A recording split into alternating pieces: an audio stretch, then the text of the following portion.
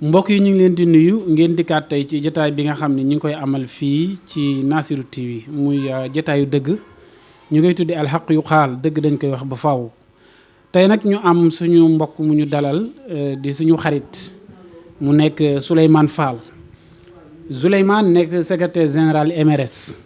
waaye nekk itam acteur politique ci fii ci Dakar waaye nekk ancien socialiste loolu dinañ ci dikk waxtaan ci. nekk itam ancien responsable mouvement navétane fii ci Dakar nekk itam beneen responsable muy mouvement COMCUD waaye nekkaat responsable 100% SICAP waaye nekk itam kilifa ci dëkk bi di borom xam-xam loolu danañ ci dikk tuuti rek ci jaar-jaaram ci njàng su ko defee Souleymane ñu ngi lay nuyu nga présenté wu. asalaamaaleykum wa rahmatulah yaa imam maa ngi leen di nuyu. ziyaara di nuyu téléspectateur u Nassirou TV di sant yàlla bu baax di julli ci ne Mustafa sallallahu alayhi wasallam di bëgg ndax kat acteur laa ci dëkk bi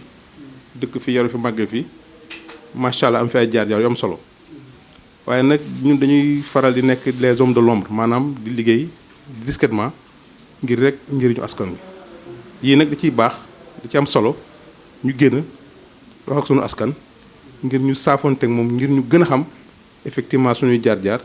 ñi nga xamante ne ñooy ndaw ñi parce que tey ku judd di politique di association ba ñeent fukki at bu juróom-benn fukki at yàlla may ko da ngay sant yàlla waaye am loo xamante ne dañu ne héritage la te li ma jëloon ci mag ñi ak li ma dox ak fi ma jaar muy expérience moom mun ko transmettre tey ñi nga xamante ne ay ndaw lañu di ay sénégalais te macha allah ñu war leen encadré. jërëjëf Souleymane ñu gis ci biir waxtaan bi nga gis nga nekk ancien socialiste ku wax socialiste xam nañ ne dañoo amoon école bi nga xam ne ci la ñuy jàngalee ñi nga xam ne ñoo militants yi di leen former loola bu njëkk bañ ko daan am ay cadre lañ daan am ay boroomi xam-xam ay nit ñu diiñ loolu nga jaar ci ban yëg-yëg ak li nga ci génnee loo ñu ci mën a wax. xam naa daal mel ne imam vraiment kooku c'est une très grande école de parti socialiste maa ngi nuyu au passage. Toutes les composantes de l'ancienne parti socialiste parce que tey ay composantes la ñu wax ndax bi ñu demee ci opposition en 2000 dafa am ay mutations yu parti bi am dafa maanaam ñu bari dem nañu ñu bari toog nañu ñi toogoon sax ci diggante bi am na aussi ay yeneen mouvement yoo xamante ne am na ñu gënaat muy école bu riche muy école valeur ndax foofu kat dañ fay yar nit dañ fay tàggat nit rawatina ñun ndaw ñu doonoon ca njëlbeen dans les années 80 macha allah. Khalifa Sall mii tey nekkoon suñu grand nekkoon suñu responsable monsieur de si ñaar rek ngeen may ma ko muy ku ci mel ne Bamba Fall doon suma rak suma xarit ñu àndoon di liggéey ci parti socialiste ku ci mel ne Pala Sam également actuel maire Fann Point doon suñu responsable des jeunes socialistes au niveau régional mais également au niveau national ñu ànd nag liggéey bu rafet des années durant macha allah muy école boo xamante ne dañ fa daan defar ay jeunes dañ fay defar nit parce que boo mosaan génn parti socialiste dem ci góor wala foo mën di jaar nit ñi dañu daan apprécier et nit ñi tey dañu gën a apprécier ndax nit ñi tey dañu ne dañu nostalgique maanaam nam mën nañu xeetu njiit yooyu ci ab réew bon macha allah di wala Habib Thiam ce grand monsieur là ñu ci mel na Jacques Bodin yàlla ko yàlla yërëm bu njaareem dem si yàlla Jacques Bodin c'était de grands monsieur c'est maanaam dañu amoon xam-xam mais amoon dal amoon tekk ak tey amoon aussi xam-xam mënoon aussi di communiquer muy lu am solo. ñu mel ni Mame Bounama Sall ñi ngi woon ci daara ji bu ñu mësaan dégg ñu ne Mame Bounama Sall ñëw na Touba moo jiite délégation bi. man xam naa ko bu baax maa ngi koy ñaanal bu mu koy gis xëy na yàggul def na 3 ans man bu ma koy xam boobu mooy DRH su LONASE nit ku dal borom xam-xam bu wér te wóor nekkoon enseignant dem jar ENAM bon imam parce que dañu doon tàggat maanaam nga am trajectoire yoon boo xamante ne da ngay tàmm ci suuf ñu lay former ba nga àgg ci kaw a kaw muy lu am solo. di également tey ku ci mel na soxna si di Aminata Mbengue Ndiaye tey fi mu toog macha allah du chance am méritam la parce que effectivement gravir na échelon yëpp yi nga xamante ne ci parti bi ak ay jaar-jaaram permettre na ko tey macha allah mu mun a fan Ousmane Tanor aussi tàggal leen uf leen muy ñu koy ñaanal yàlla man suñu kilifa la woon mais fekk ñu ci parti bi ñu ay jeunesse socialiste libre na ñun parti rek ko ñoroon moo tax ñun amuñu woon ay liens yu vassal maanaam nit ku ñuy takk buum di ñu yóbbaale déedéet ñun nous étions simplement les jeunesses du parti socialiste et fu ñu mosaan dem loolu ñu mos a défendre vraiment ñuy am nostalgie et puis di ñaan aussi ñi ci des peut-être ñu mën a daje un jour pourquoi pas à l'image de ce qui s'est passé en France durant les années 81 mu moomoon un grand homme bu ñuy wax François Mitterrand ba gauche bi télé de 1945 aux années 80 ñu am un grand congrès ñu ko le congrès d'Épinay lépp socialiste dajawaat tëggaat la maanaam une république boo xamante ne macha allah moo jur ñoom Lionel Jospin ba ci tey jii tey Macron mii tey parti boobu la jaar. bon lu am solo la ci taarixu tey kii mu am ay François Hollande et cetera moom aussi ay homme de valeur yoo xamante ne et macha allah loolu mooy socialisme dafa riche imam ça dafa riche. ne ñi ci jaar ñëpp ñu tàggat leen ay borom xam-xam lañ ay cadre lañ ay nitu valeur lañ nga xam ne koo ci gis tey mun naa ne moom xam-xamam la gëm te moom lay doxee tey boo ñu mënoon nettali tuuti rek ci sa jàng laata nga dem ci biti ñëwaat ak fii. man maa ngi jàngee école Médina 1 muy wax école d'application sama baay maa ngi koy ñaanal yàlla fu mu tëdd yàlla jox koy leer taal basket taas ñu ci barkeem sama baay moo tax sama politique ndax moom pra Sénégal la ne woon moom contestataire la woon alors doon jàmmaloo ak Léopold Sédar Senghor nekk fa ak ñu wax ñoomin Ablaye Ly ñoomin tey kii di Maxtaan boobu Maxtaan boobu balaa fusion bi di am ñoo Ablaye Ly Yaram Moudia donc doon ay ñoo xamante ne c'était des hommes également d'élégance mais de refus parce que ñoom tàmmali ñu sax ci régime u Senghor dañu tàmmale ci jamonoy colonialiste bi ci colon bi lañu doon bañ di bañ et vraiment doon aussi jàngalekat génne William Ponty doon nekkoon camarade de promotion président Abdoulaye Wade doon nag un éminent enseignant ku Sénégal yëpp ràññee ne macha allah moo nekkoon école d'application parce que fañ daan tàggatee ca jamono jàngalekat yi école d'application de la Médina donc fa laa jaaree daal di fi am suma troisième dem lycée technique Maurice Delafosse macha allah lycée technique Maurice Delafosse ma jàng ko nag ba terminal waaye amee ma fa bac ndax fekkoon na aussi ñuy def ay contestation yu métti ba ñu daal ñu fa dàq waaw bu ñu fa dàqee it sama baay waxuma dara dafa xaaral ba école tijji mu ne ba da ngay dem Thiès amoon benn rakam inspecteur de l'enseignement yàlla na ko yàlla mu tudd Alioune Sall fa lañ ma demee nag ma jógee fii nag dem foofu ma amoon problème ndax série bi ma def série B la woon te Thiès série A moo fa amoon waaye yàlla dimbali ma adapté wu def fa benn at am baccalauréat soo ko ñibbisi bu ñëw Dakar nag toog dem naa université mais imam université benn at laa fa def fac de droit jamono yooyu nag vraiment du sax lu ñu regretté nit ku nekk aussi ak sa trajectoire mais macha allah ñu def droit doxul ab ñu àlli génn defi yeneen activité waaye foofu nag laa jógee daal di dem dajeeg un grand homme yàlla ko yàlla yërëm aussi muy Mamadou Diop un grand monsieur Mamadou Diop monsieur le plus grand maire que le Sénégal yi man noonu laa ko tuddee ndax imam ci xam-xam ga ci fit ba ci mën liggéey ba vraiment il faut que ñu jàngal tey suñu doom yi bu ñu bëri restaurer ay valeurs sociales ou socialistes ñu mel na ñooñu ci jom yi ci xam-xam yi ci bëgg seen réew imam et duñ ko fàtte di ko ñaanal saa su ne parce que moo ko def ci ñun ci lañ dajeeg moom nag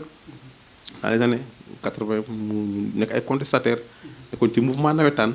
alors muy am ay problèmes entre ñun les responsables de l'époque parce que jamono yooyu imam nawetaan dañ ko doon football ci terrain vague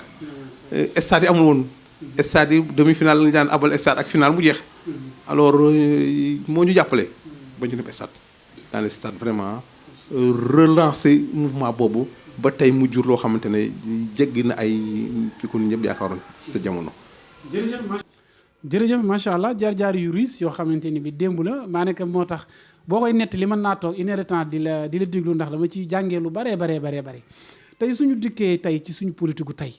njuuj njaay ji am wor tappale wuruj ay nit ñoo xam ne duñu niti valeur yow ban leçon nga ñu mën a tirer ci côté tey. imam tey ay moo tax ñu génnaat nag di wax ak suñu askan ndax imam dañu jaaxle ci situation tey bi li xew ci dëkk bi imam léegi politique métier lañu ko def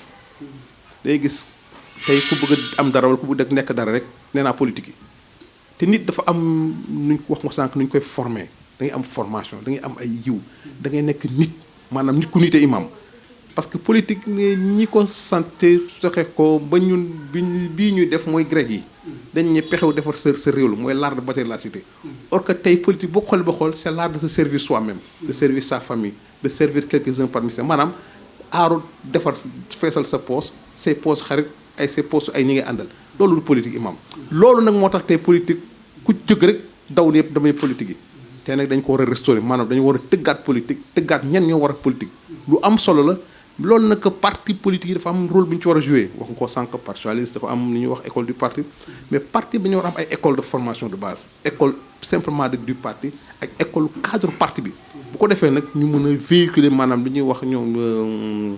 tubaab di wax ay maanaam idéologie parce que sax tey boo xoolee idéologie sax imam dafa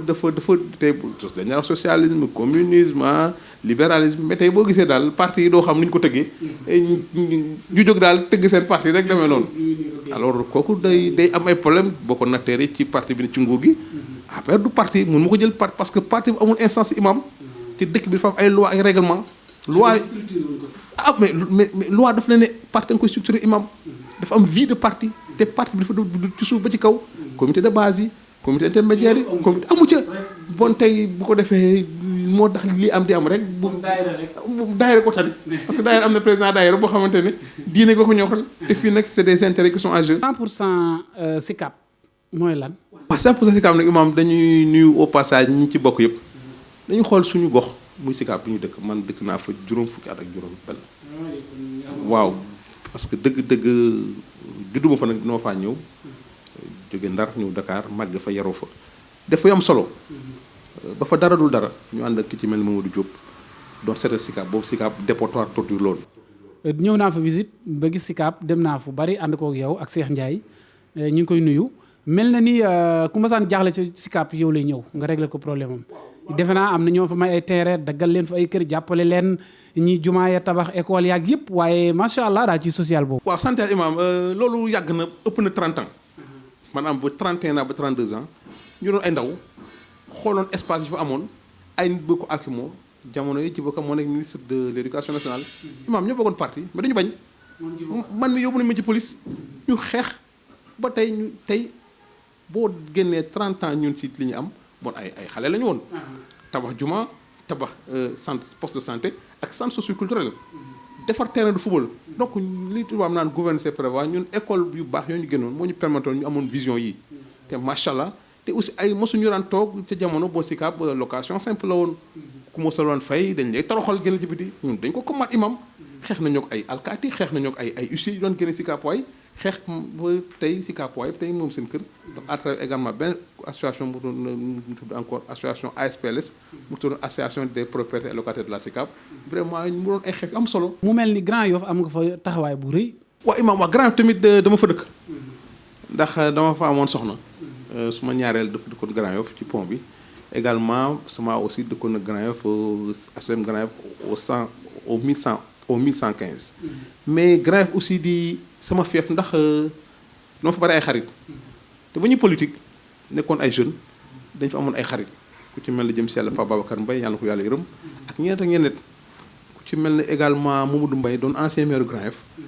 année yi mu yoree nekk zone 7B muy zone Grand Yoff man maa yoroon président zone 4B ODCAV de Dakar muy ay SICAP Castor Derklé Grand Yoff ba même ba ci boonu Grand Yoff ay booru yu bu ñuy wax yoon wi ak juboo alors vraiment moo tax Grand Yoff dafa nekk et mu am benn anecdote maa moon xarit ndeysaan mi ngi Italie ñu koy wax Pacaba Conté maamam dëkkoon Grand Yoff alors samedi bu ne dañu daan dem Grand Yoff imam di reeri ginaar wala kanaara parce que maire bi daf ñu bëggoon ak ñu doon séeréem alors mu def mu am benn lien bu fort bu nekk sama dégg Grand Yoff muy gox boo xamante ne macha allah gox bu rëy la mais liggéey Grand Yoff ba tey dafa des imam boo gisee ci jamono ji sàmm jikko yi ñiy jóg ne ñoom ñooy sàmm jikko yi dama yaakaar ne jikko bala nga kaa sàmm da ngay defaru ba pare xanaa moo imam dëgg rek neex yàlla Sénégal bi li fi yàqu bari na imam te jikko balaa nga koy sàmm parce que ñun li ñàkk mooy nit valeur léegi voilà da ngay defaraat jikko imam balaa ngay sàmm jikko lu bon kenn du ko sàmm imam lu baax la ñuy sàmm te jikko yi imam dafa yàqu te faw ñu defaraat jikko yi ba pare soog ko sàmm loolu mooy wax ji parce que nag jikko yi fan la yàqoo que ñooñu ñu ne ay imam lañ te Macky Sall dalaloon leen ñu ne mën nañ ko indi dara ci réew mi imam man nag dama yaakaar ne imam bi dañ ko dénk diine gi dénk ko jumaa ji jàkk ji dafa war a naam war na mën dem seeti président mais bu amee ay conflit maanaam ay jaxasoo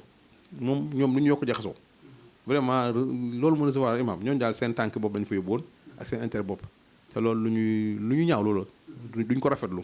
ndax kat diine rasulullaay bi gën ci diine la te du lu ñuy fooye te Sénégal dañu toll jamono yoo xamante ne dañuy fooye diine gi loolu aussi lu ñu war a bàyyi la ñun duñ ko rafetlu benn yoon parce que suñu yàlla moo ñu gën a lépp lu ci àddina bu ñu amee yàlla ñu ko am bu ñu ko ñàkkee yàlla ñu ko am. beneen bi mooy local yi ñu génn ak li ci am lépp noo ko jàngatee. waaw imaam dëgg la local yi nag xam nga dafa nekk li ñuy wax jongante nawetaan parce que gox-goxaat la c'est vrai situation bi kenn peut-être xalaatu ko woon mais dafa am ñi autorités yi yor réew mi dañoo war a taxaw am jàngat bu am solo pas ni seen coalition ñàkkee Dakar le vote des Dakarois parce que tey dama am yaakaar ne vote refus la Dakarois yi parce que imam booy xool ñi ñu jox nguur gi tey ci localité yi am na maire yoo xam ne kenn xamu leen sax kenn xamul seen imam kenn xamul seen programme xam nga aussi booy évaluer boo génn élection évaluer que seen liggéey du ma ne dafa baaxul mais dafa des lañ leen jox matalewuñu ko te je pense que et puis dafa am benn taxawaay bu ñun africain ñu taxaw imam dañu war a gore parce que kilifa bu ñu joxee lépp nga échoué pour man da nga war démissionner. alors loolu nag moo tax moo wax la sànq ca njëlbeen tey politique gu Sénégal genre jiiroo lay doon rek ak nangam ma président la imam ñi ci nguur gi ak ñi ci kujje gi yëpp laa ci yemale. parce que ñi ci kujje gi am na ñoo xamante ne ñu ngi fi depuis 40 ans depuis 25 ans amoon nañu responsabilité dara lañu defal ci réew mi ba pare di laajaat baat réew mi. loolu nag vraiment moo tax askan wi aussi war nañu yeewu tamit. askan Sénégal imam man gëmuma mën nañu fal man gëmu yàq mënuñu fal parce que ñoom ñoo fal carte gi ñu ngi seen loxo nañu seet ñi ñuy fal mais sentiment dafa am ci ay fal tey Sénégal te sentiment foo ko nit indi rek imam day yàq. wax nañ fii ne parrainage dafa war a ñëwaat est-ce que. waaw xam nga imam man dama am yaakaar ne réew bu ñu ko dénkee moomu ko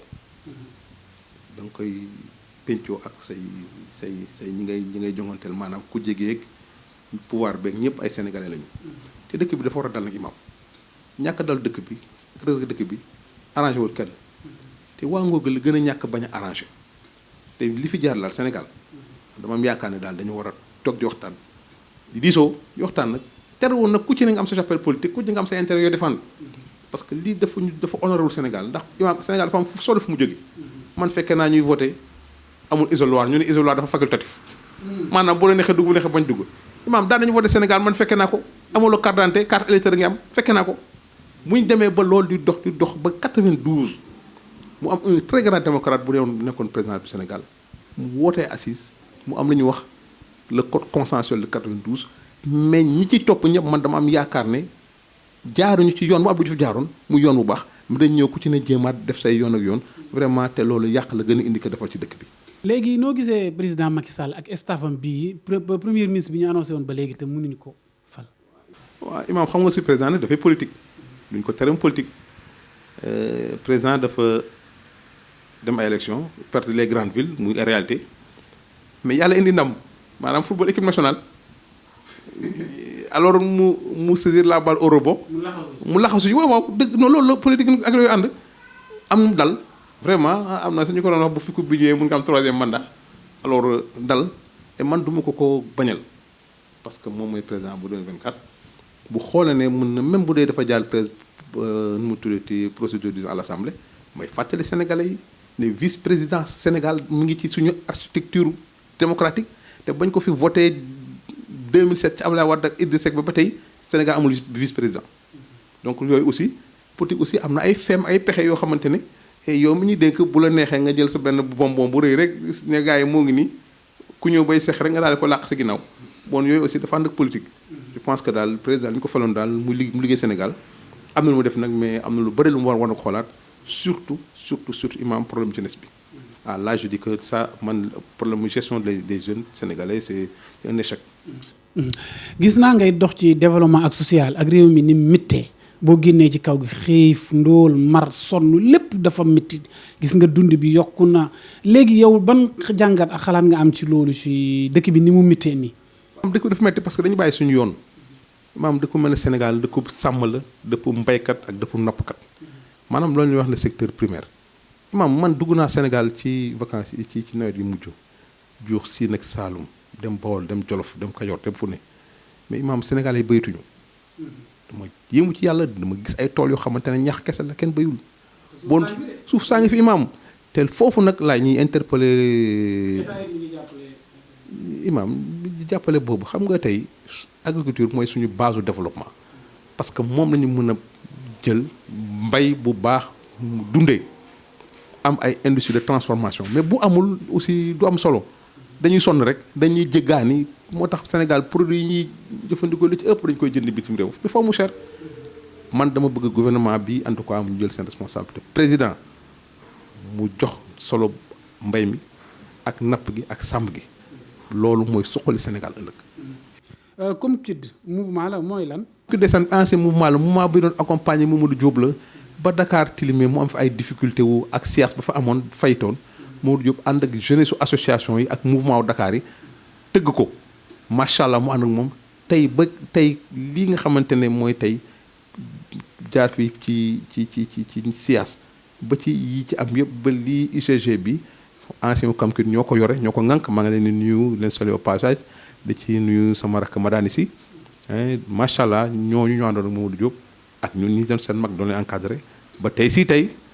ñu yore processus bi boobu Dakar tilim na boobu am na jafeñ-jafeñ ñu àndoon ak Mamadou Diop relevé défi yi maanaam kuréel baa ngi existé ba tey mais ñi ko uutu tey ci mairie bi ba tey dañ ko zappé liggéeyatuñu ak moom mais ba tey ñun ñu ngi koy dundal ak suñuy façon daal. boo amoon tey looy ñaax sénégalais yi ak fii réew mi toll ñu jëm ci 2024 yéen kàddu nga ci. maanaam nañu dal xam ne Sénégal benn bopp la kenn ko xar ñaar ñi yore réew mi ak ñi nekk ku jégi dama ñuy lancé appel à la sérénité maanaam ñu ànd ak dal di waxtaan lu mën a am rek moo mën a am lu mun am mënul am parce que imam au delà du 24 de l' élection de 1924 après 24 sénégalais yi dañuy dund dañ ñaan yàlla ñu dépassé ko ci jàmm. élection ay jongante la maanaam c'est un jeu démocratique da ngay dem ci élection nañ ko leeral ñu dem ci c'est des bases claires ki gagné ki ñu gagné lu dem toog defaru Ablaye Wade rek bu ñu fàttalee de 74 à 2000 ma ngay góorgóorlu daw fu ne ba mu jotee nekk na président de la République la mu mën a def na ko dem donc c'est ça la démocratie c'est un jeu il faut que ñu respecter règles yi également di attirer attention di lancer appel aussi ñu dirigeant au pouvoir bi nañu dal nañu serein ñoom aussi nañu accepter les jeux démocratiques. jërëjëf mbokk yi mu nekkoon Souleymane Fall gis ngeen ko mu nekk waxtaan bu am solo di borom xam-xam nekk fii ci SICAP macha allah nekk itam koo xam ne ku xam réew mi la te boo amoon kàddu yu mujj yooyu tàggoo. waaw imam voilà di la sant bu baax imam sëñ Cheikh Sall yow ngay suma xarit di borom xam-xam di nit kuy dox pour réew mi jëm kanam di liggéey nag liggéeyal diine. di liggéey ak association yi di liggéey macha allah di la gërëm la sant bu baax yàlla fayal ñu la di gërëm également waa Nasru waa Nasru TV ak seen auditeurs yëpp di wax sénégalais yi nañu góorgóorlu nañu liggéey di ñaan autorités yi nañu ànd ak sénégalais yi mais surtout jigéen ñi ak jeunes yi ñu ngi ci ay jafeñ dañu am ay programme cohérent yoo xamante ne day jóge ci ñoom dem ci pouvoir bi jàppale leen ci bu amee rek Sénégal jëm kanam. jërëjëf mbokk yi mu nekkoon Souleymane Fall secrétaire général MRS nekk acteur politique nekk ancien socialiste ancien responsable mouvement navétane waaye nekk itam comme CUD nekk responsable 100% SICAP ñu doon seq ak moom ay waxtaan mbokk yi ngeen àndoon ci ak Nassirou TV seen mbokk Imam Sall doon leen defal waxtaan wi ngeen àndoon ci ak Serigne Cheikhouna Dieng ba beneen jamono wala beneen waxtaan waaxiru daxwaana an alhamdulillahi rabbil alamin